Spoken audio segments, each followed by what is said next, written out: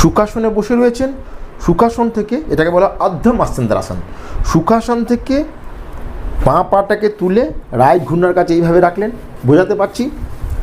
বুঝতে না পারলে কমেন্টে লিখবেন, কিন্তু সঠিকভাবে শিখে নিয়ে সঠিকভাবে প্র্যাকটিস করবেন। পাটাকে তুলে রাইট ঘূর্ণার কাছে এইভাবে মেরুদণ্ডকে স্ট্রেট করে রাখা।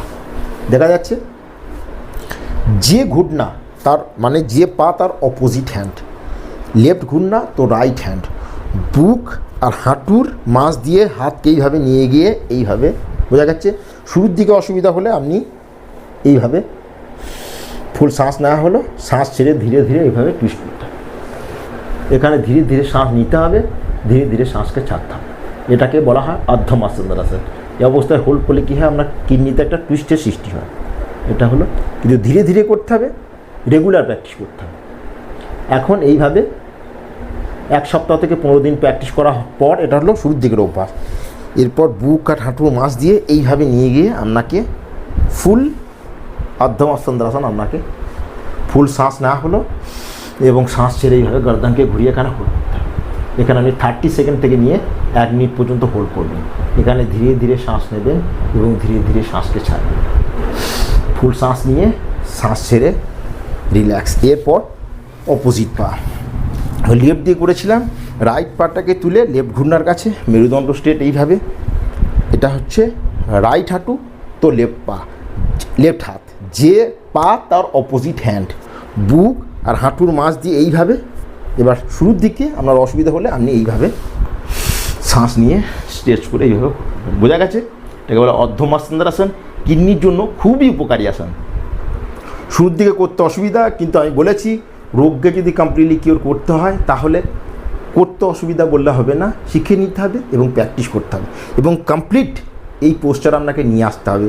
এবং যেদিন কমপ্লিটলি এই পোস্টার আপনি নিয়ে আসবেন, আপনার ক্রিয়েটিনিন লেভেল নয়, আপনার কিডনি নতুন হয়ে যাবে। বোঝা গেছে? ফুল শ্বাস নিয়ে শ্বাস ছেড়ে রিল্যাক্স। এখন কমপ্লিট পোজ, বুক আর হাঁটুর মাছ দিয়ে এইভাবে নিয়ে যাব এবং শ্বাস নিয়ে শ্বাস ছেড়ে এইভাবে টুইস্ট করব। ফুল শ্বাস নিয়ে শ্বাস ছেড়ে রিল্যাক্স। এটা হচ্ছে অর্ধ মৎস্যেন্দ্রাসন। আমি একবার করে দেখালাম, আপনাকে 3 থেকে 5 বার প্র্যাকটিস করতে হবে এবং প্রত্যেকবার 30 সেকেন্ড থেকে নিয়ে 1 সেকেন্ড পর্যন্ত হোল্ড করতে হবে। বোঝা গেছে? এরপর আপনাকে করতে হবে বক্রাসন। বক্রাসন করার জন্য পা সামনের দিকে ছড়িয়ে দিলাম, বোঝা গেছে? লেফট পাটাকে ফোল্ড করলাম, সেম যে পা তার অপোজিট হ্যান্ড, বুক আর হাঁটুর মাছ দিয়ে এইভাবে নিয়ে গিয়ে ফুল শ্বাস নিয়ে শ্বাস ছেড়ে এইভাবে টুইস্ট, মানে কিডনিতে একটা মোচড়ের সৃষ্টি করতে হবে এবং এই আসনগুলো আপনাকে কিডনিতে টুইস্ট করে হোল্ড করতে সাহায্য করে। বোঝা গেছে? এখানে ধীরে ধীরে শ্বাস নেবে, ধীরে ধীরে শ্বাসকে ছাড়বে। শুরুর দিকে অসুবিধা হলে 5 সেকেন্ড দিয়ে শুরু করবে এবং ধীরে ধীরে সময়ের অবধি 30 সেকেন্ড পর্যন্ত নিয়ে যাবে। ফুল শ্বাস নিয়ে শ্বাস ছেড়ে রিল্যাক্স। এখন অপোজিট পা, এখন রাইট পাকে ফোল্ড করলাম, রাইট পা তো লেফট হ্যান্ড, বুক আর হাঁটুর মাছ দিয়ে এইভাবে নিয়ে গিয়ে ফুল শ্বাস নিয়ে শ্বাস ছেড়ে এইভাবে টুইস্ট।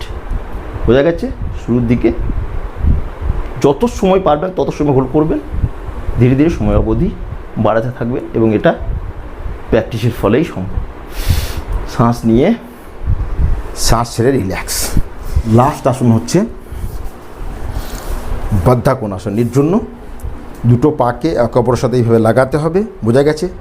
শুরুর দিকে আপনার এই পা উঠে থাকবে, কোনো ব্যাপার নয়, আমি বহুবার বলেছি এই পা উঠে থাকলে উঠে থাকবে, এই পা পেলভিক ফ্লোর থেকে দূরে থাকলে দূরে থাকবে শুরুর দিকে। কিন্তু রেগুলার যদি প্র্যাকটিস করেন এই পা ধীরে ধীরে নিচে যাবে, এই পা ধীরে ধীরে কাছে আসবে। এটা প্র্যাকটিসের ফলেই হবে, এটা 1 বা 2 দিনের ব্যাপার নয়, আমি বহুবার বলেছি রেগুলার প্র্যাকটিস করার ফলেই হবে। এই ঘুটনা নিচে যাবে, এরপর ফিঙ্গারকে ইন্টারলক করে এইভাবে ধরে আপনি কামার গর্দান সিধা করে স্ট্রেট করে বসবেন। বোঝা গেছে? এই অবস্থায় ধীরে ধীরে শ্বাস নেবেন এবং ধীরে ধীরে শ্বাসকে ছাড়বেন। এই অবস্থায় বসার ফলে আপনার পেলভিক ফ্লোরের একটা স্ট্রেচের সৃষ্টি হবে, ব্লাড ফ্লো তীব্র হবে, কিডনি, প্রোস্টেট, ব্লাডার, ইউরেথ্রা এইগুলো মজবুত হতে থাকবে।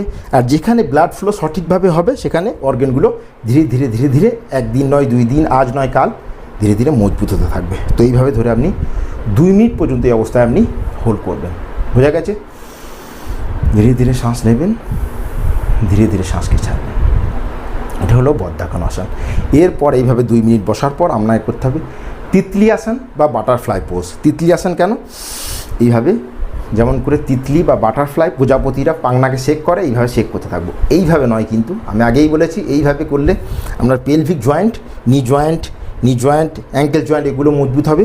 পেলভিক ফ্লোরকে এবং কিডনি, প্রোস্টেট এগুলোকে মজবুত করার জন্য আপনাকে ফুল শ্বাস নিয়ে উপর, শ্বাস নিয়ে নিচে আপনি 10 বার দিয়ে শুরু করবেন। 10 থেকে 30, 30 থেকে 50, 50 থেকে 100 এইভাবে বাড়াতে থাকবেন। আপনি বুঝতে পারবেন যখন এইভাবে আপনি করতে থাকবেন তখন আপনার পেলভিক ফ্লোর ধীরে ধীরে স্ট্রেচের সৃষ্টি হবে, আপনি করার সাথে সাথেই বুঝতে পারবেন। তো এটা হলো তিতলি আসন বা বাটারফ্লাই পোজ। তো বোঝা গেছে। তো আজকে এইটুকুই। Thank you, take care, goodbye এবং স্টে হেলদি। নমস্কার, থ্যাংক ইউ।